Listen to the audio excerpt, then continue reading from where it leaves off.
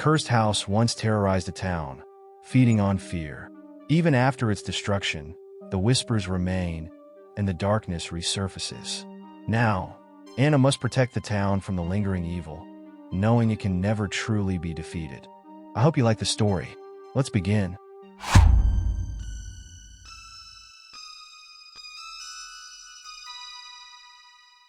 Ellie stood in front of the weathered Victorian house, its paint peeling like old skin.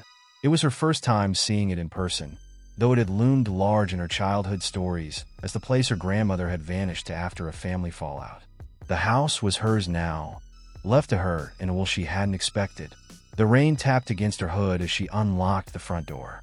Inside, the air was thick with the scent of mildew and thyme. The wood-paneled walls seemed to absorb the dim light of her phone flashlight. "Creepy, but charming," she muttered, setting her bags down. She didn't believe in ghosts or curses, but the house's nickname, the House of Whispers, had given her a slight pause. Superstitious nonsense, she told herself. That night, Ellie lay on a dusty mattress in the master bedroom. The rain had stopped, leaving a heavy silence. Then, faintly, she heard it, a soft, almost imperceptible whisper. Her eyes snapped open. "Hello," she called out, her voice barely above a whisper itself. The sound stopped. She sat up, straining to listen. Nothing. Just the groan of the old house settling. The next night, it was louder. "Ellie," the whispers sighed, drifting from the walls like a gentle breeze. Her blood ran cold. "Is someone there?" she demanded, grabbing a flashlight and sweeping it across the room. The beam landed on peeling wallpaper and cobwebs, but nothing else. Over the next few nights, the whispers grew bolder, speaking her name more clearly, sometimes giggling, other times murmuring incomprehensible words. They always seemed to come from behind the walls, as if someone, or something, was trapped there. By the fifth night, Ellie had enough. She decided to explore the attic, where her grandmother was said to have spent her final years before disappearing altogether. The attic door creaked as she pushed it open, revealing a cold, dusty space. Her flashlight flickered, barely illuminating the cluttered room. There, in the corner, sat an ancient trunk, its brass lock tarnished with age. Ellie approached, her heart pounding. She knelt and ran her fingers over the intricate carvings on the trunk's lid, symbols she didn't recognize. With a deep breath, she unclasped the lock and opened it. Inside lay a collection of old photographs, a doll with mismatched eyes, and a brittle leather-bound journal. As she reached for the journal, the attic's temperature plummeted. Her breath formed clouds in the icy air. Suddenly, the whispers erupted into a chorus, louder and more urgent than ever. They weren't just calling her name now. They were laughing, chanting in a language that sounded ancient and malevolent. Ellie stumbled backward as the flashlight flickered and died. In the suffocating darkness, a voice unlike the whispers filled the room, deep and guttural. "Welcome home, Ellie. We've been waiting." Before she could scream, the floor beneath her shifted, and the trunk snapped shut on its own. The whispers turned into a deafening roar, and Ellie felt herself falling, not through space, but into something cold and endless. The house grew silent once more, save for the faintest of whispers.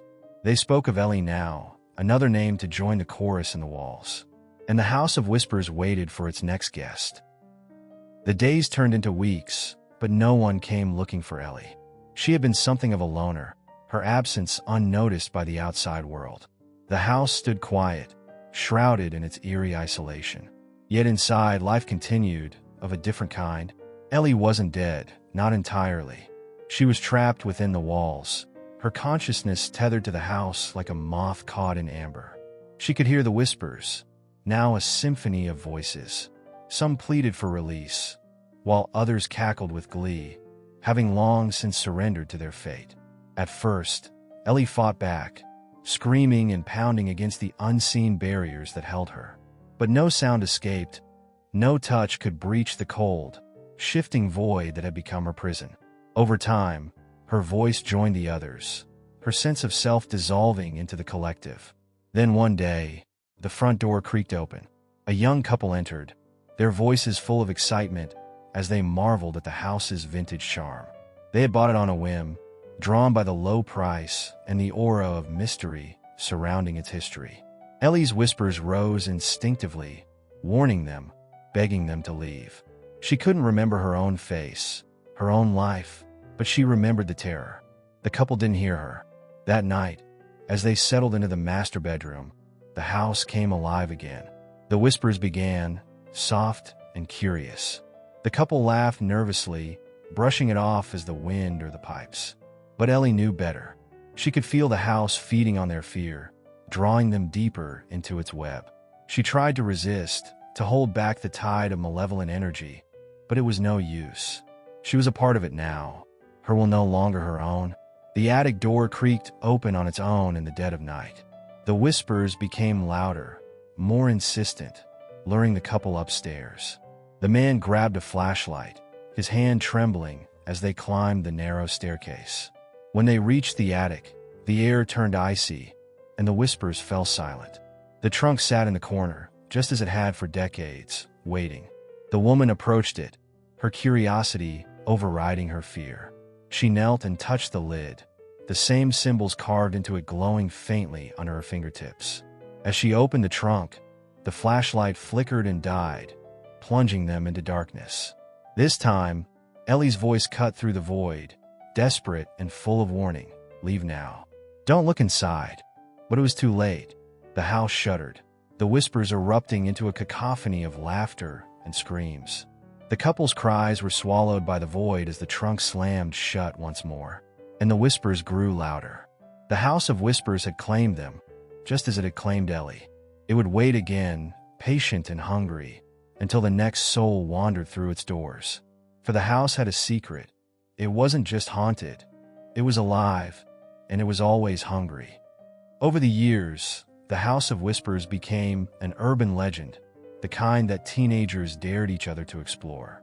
Most would chicken out before setting foot inside, but a few brave, or foolish, souls ventured beyond the threshold. None were ever seen again. The house thrived on its reputation, luring victims with its eerie charm. Whispers seeped into dreams of the curious, coaxing them with visions of treasure, forgotten heirlooms, or lost knowledge hidden in its depths. One stormy night, a man named Lucas arrived in town. He was a drifter, hardened by years of travel and tragedy, carrying nothing but a rucksack and a dog-eared notebook filled with sketches and cryptic notes. Lucas wasn't here by accident. He had been following stories of the House of Whispers for years, piecing together clues about its dark origins. Unlike most, Lucas wasn't afraid. He believed the house was a gateway, a thin place where the veil between worlds wore dangerously thin. But he wasn't seeking escape. He sought revenge. His sister, Iris, had vanished in a house just like this one when they were children. As Lucas stood before the house, its windows gleaming like dark, hungry eyes, the whispers began. Soft at first, calling his name in sweet, familiar tones. He clenched his jaw, pulling a silver talisman from his pocket, a crude charm etched with protective runes. "You won't take me," he muttered, pushing the door open. Inside, the house seemed to breathe, the air heavy with anticipation. Shadows stretched unnaturally along the walls, and the whispers grew louder, welcoming him like an old friend. Lucas ignored them, heading straight for the attic. The attic was colder than he expected, the chill biting through his coat. The trunk sat in its corner, looking almost ordinary in the dim light. But Lucas knew better. "Iris," he whispered, his voice breaking, "I'm here to bring you back." As he stepped closer, the whispers turned hostile, a chaotic storm of voices screaming warnings and threats. The symbols on the trunk pulsed with an ominous red glow. Lucas dropped to his knees and began tracing the runes from his notebook onto the floor, his hands trembling. "By the light that binds and the shadow that consumes," he chanted, his voice steady despite the growing darkness. The house trembled, its foundation groaning as if in protest. Suddenly, the trunk burst open, a cold wind howling through the attic. A figure began to rise from its depths, a woman, pale and translucent, her eyes hollow but filled with a flicker of recognition. "Iris," Lucas gasped, reaching for her. Her voice was faint, carried on the wind. "You shouldn't have come. It's too late." The shadows in the room coalesced, forming a monstrous shape behind her. The house roared, its whispers deafening now, as tendrils of darkness lashed out, aiming to drag Lucas into the abyss. But Lucas was ready. He slammed the talisman onto the trunk, the runes flaring with blinding light. The shadows recoiled, their screams echoing through the house. "I won't leave you," Lucas shouted, grabbing Iris's hand. The light intensified, burning away the darkness, until the house itself seemed to cry out in agony. When the light faded, Lucas found himself standing outside the house, the storm still raging. The whispers were gone, the house silent. But the trunk was no longer in the attic, and neither was Iris. He clutched her locket, now hanging from his neck. A tear slipped down his cheek. She was free, but at what cost? Lucas turned to leave, the house looming behind him like a wounded predator. It would heal, he knew. It would wait, but so would he. For the fight wasn't over, and the House of Whispers was far from finished. Lucas wandered from town to town after his escape, trying to piece together the mystery of the House of Whispers. The locket his sister had left behind pulsed faintly at times, as if attuned to some unseen force. It wasn't just a keepsake, it was a tether, a beacon leading him to the source of the house's power. Through old libraries, abandoned churches, and cryptic interviews with reclusive historians, Lucas learned the truth. The House of Whispers wasn't just one house.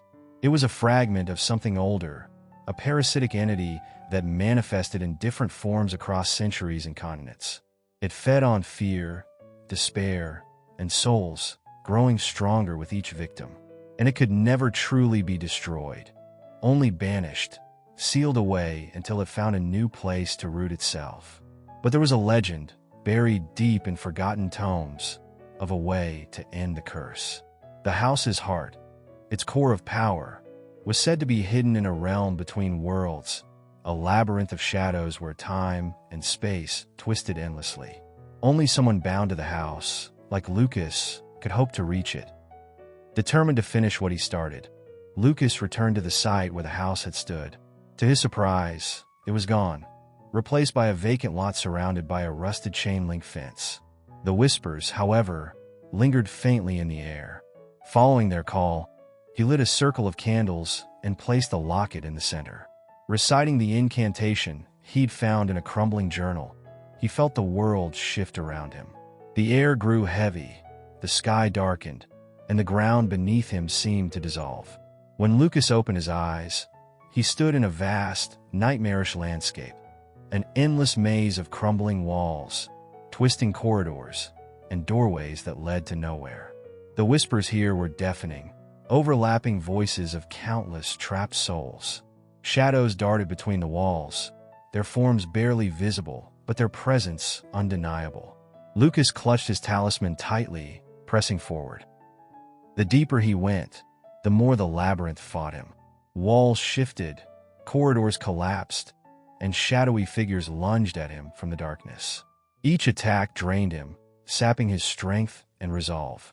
At one point, Lucas stumbled into a room filled with mirrors.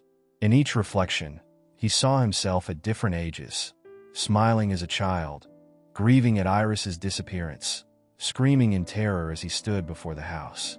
The mirrors cracked one by one, releasing distorted versions of himself that clawed and snarled, forcing him to fight his own inner demons. With each victory, the locket grew warmer, its pulse guiding him ever closer to the heart of the labyrinth. At last, Lucas reached the center of the maze, a vast, cavernous space lit by a sickly green glow. Suspended in the air was the heart of the house, a pulsating mass of black and crimson, its surface writhing like living flesh. The whispers were deafening now, voices screaming in rage and desperation. Lucas could feel the house trying to repel him, its tendrils lashing out to keep him away from its core. "I'm ending this," he roared, raising the locket high. The runes etched into the silver flared with a blinding light, and the heart began to tremble. He placed the talisman against the heart, chanting the ancient words he had memorized. The labyrinth quaked violently, its walls collapsing as the heart shrieked, the voices inside it wailing in agony. As the heart withered and cracked, Lucas felt the house's grip on him tighten. It wasn't going to let him leave. If he destroyed the heart, he would be trapped in this void forever, just like the souls before him. But Lucas had known the risk. He thought of Iris, of all the others who had been lost to this curse, and he didn't hesitate. With one final shout, he plunged the locket into the heart, shattering it into a million shards of light. The labyrinth dissolved around him, the shadows dissipating into nothingness. And then there was silence. Lucas's body was found weeks later in the vacant lot, his face serene despite the strange circumstances of his death. The locals whispered of the drifter who had come to their town and vanished, leaving behind only an empty locket. The House of Whispers was gone, its curse broken. But deep in the void where the heart once beat, faint echoes remained.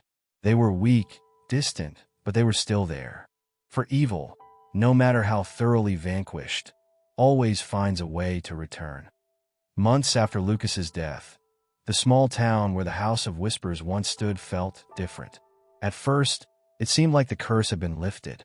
The vacant lot remained empty, and the eerie silence that once surrounded it was gone. But some people began to notice strange occurrences in their own homes.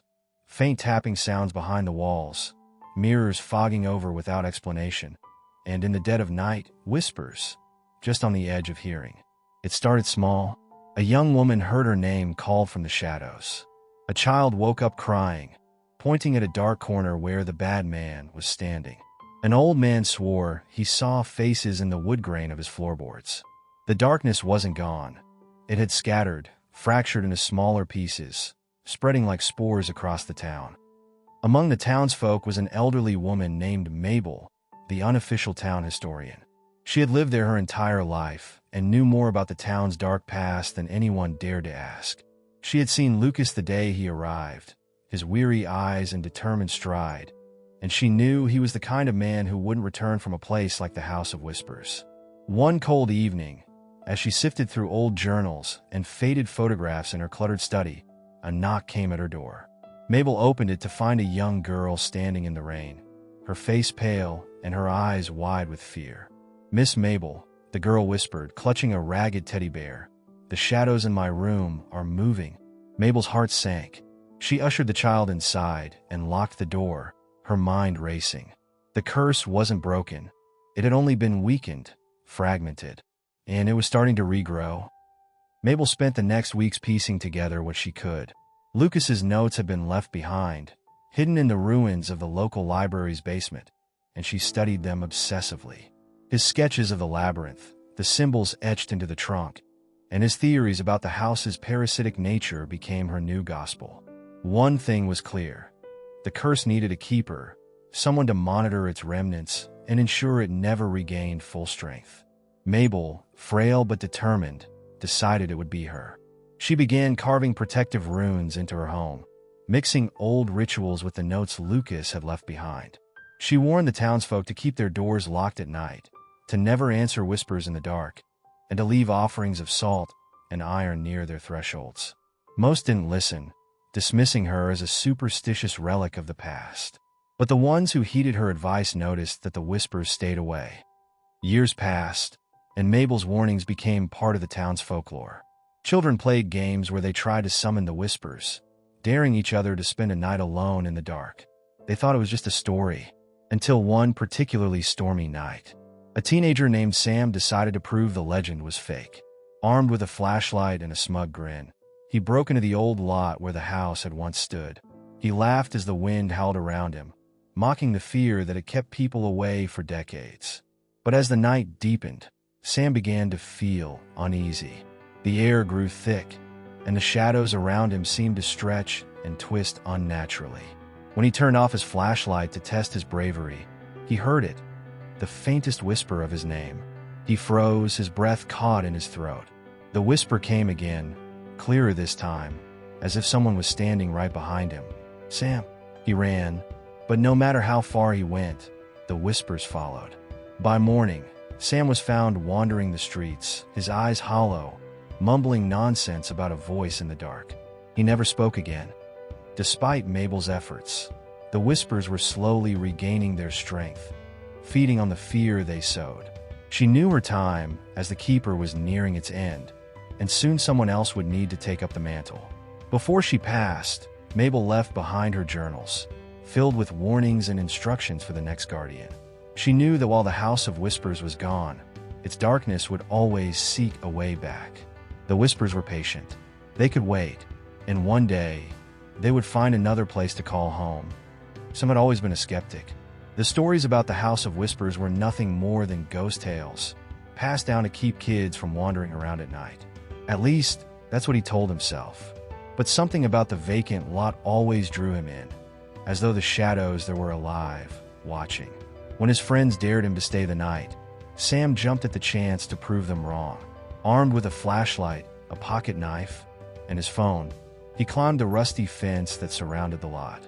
The air was cold, unnaturally so, and the wind carried a faint, almost melodic hum.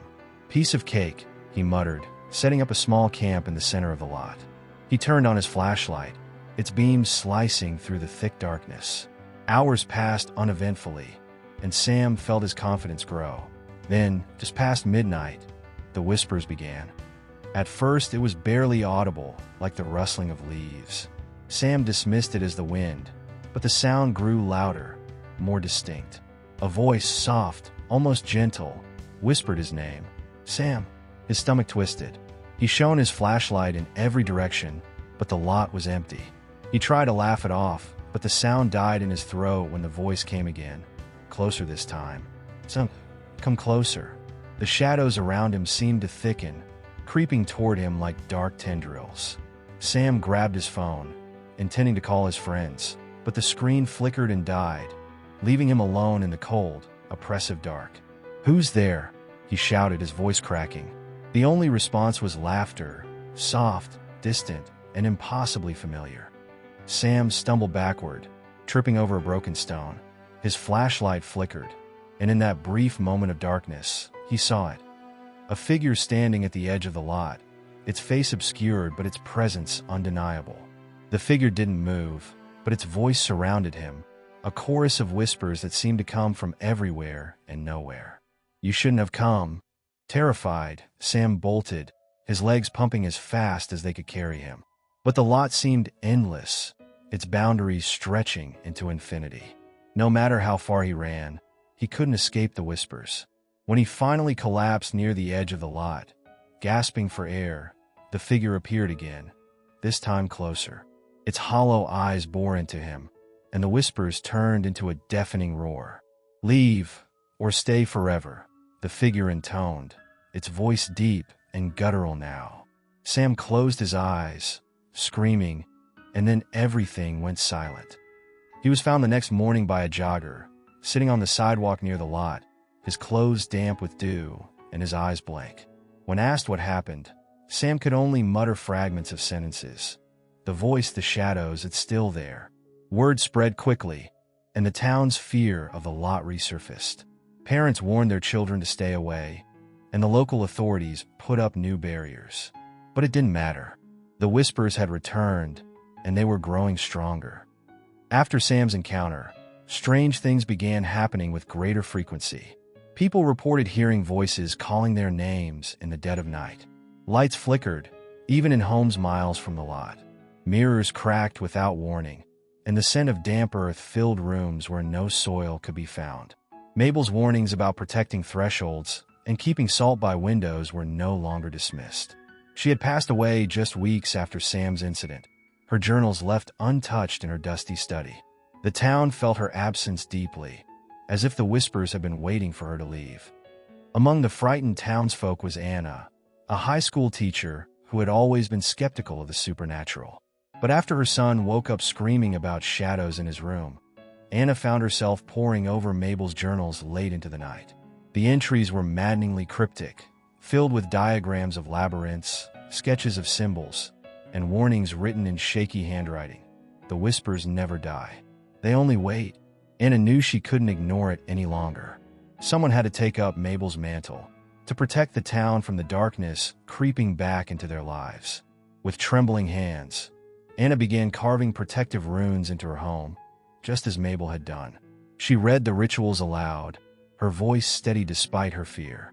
And when the whispers came, she faced them head-on, vowing not to let her town fall completely into the void. The town's fragile peace now rests on Anna's shoulders. She stands guard each night, listening for the faintest sound of her name in the dark. The whispers haven't given up. They're patient, biding their time, waiting for the right moment to strike again. For the darkness never truly fades. It waits, watches, and whispers.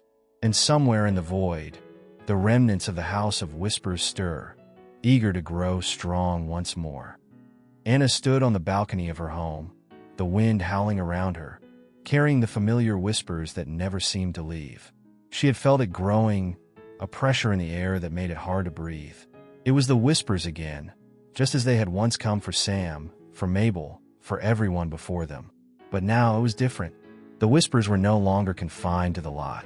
They were in the town itself, lurking in every corner, every shadow.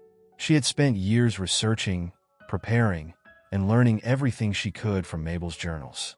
She had done everything by the book, carved protective runes into every doorway, every window. She had even conducted rituals under the full moon to seal the boundaries. Yet, despite all her efforts, the whispers only grew louder, more insistent. Tonight, as the moon rose high above the town, Anna realized the truth. The town wasn't just a place where the whispers lingered. It was part of the house, a piece of the entity that had found a way to root itself deeper into the world. The house had never truly left. It had merely adapted, like a parasite, growing in the collective fear of the townsfolk. She had to act. She couldn't let the darkness take over. Anna gathered everything she needed: a vial of salt, a small iron knife, the last of Mabel's journals, and a single candle. As the whispers tugged at her mind, she recited the incantation aloud, the words heavy with finality. The house is gone, but the house is here. Its heart has no end, no beginning. I bind it to this place, to the earth that gave it life, and to the ashes that will return it to dust. The shadows in her room stirred, and the air thickened, pressing in on her. She could feel it, the weight of the darkness, the house that still lingered just beyond sight. For a moment, she thought she heard her name, soft and sweet, calling her to turn, to leave the ritual incomplete. But Anna stood firm, her heart pounding. She struck the knife into the ground, and with it, the candle flared to life, burning brighter than it ever should. In that instant, the house revealed itself to her, not as a physical place, but as an intangible force, a dark manifestation of despair and fear. The walls of reality blurred, and she saw the labyrinth for what it truly was: a web, not of stone and wood, but of memory and emotion, stretching out infinitely, connecting every soul it had ever touched. "Enough!" Anna shouted, her voice shaking but resolute. She thrust the vial of salt into the flame, and a pulse of light exploded, sending shockwaves through the town. When the light died down, everything was still. The air cleared, the oppressive weight lifted. The whispers were gone. For the first time in years, Anna felt at peace. The next morning, the town was quiet. There was no murmuring in the streets, no whispers hiding in dark corners. The lot where the house had once stood was just a plot of empty land, untouched by the shadows that had once haunted it. Anna walked through the streets, her eyes catching the reflections of people who no longer looked over their shoulders. The cycle was broken. The house, the whispers, the darkness, they were all gone. And yet, as Anna stood at the edge of the town, looking out over the hills, she couldn't shake the feeling that something was watching her, just beyond the horizon. Years passed, and the town slowly returned to normal. People moved in, and new families filled the houses. The fear that had once gripped the town became a distant memory. But Anna never truly let go of the knowledge that had come with her fight. She kept Mabel's journals, guarded them with a fierce devotion, and made sure her own daughter knew the stories. There was no trace of the house, no remnants, nothing that could be found in the physical world. But in the quietest moments, when the wind rustled through the trees or the moon hung low in the sky, Anna sometimes heard it, a faint whisper carried on the wind, just on the edge of hearing. One day, it will return, and though she had won the battle, Anna knew the truth. The house, like all things born from fear, could never truly be destroyed. It would always be waiting.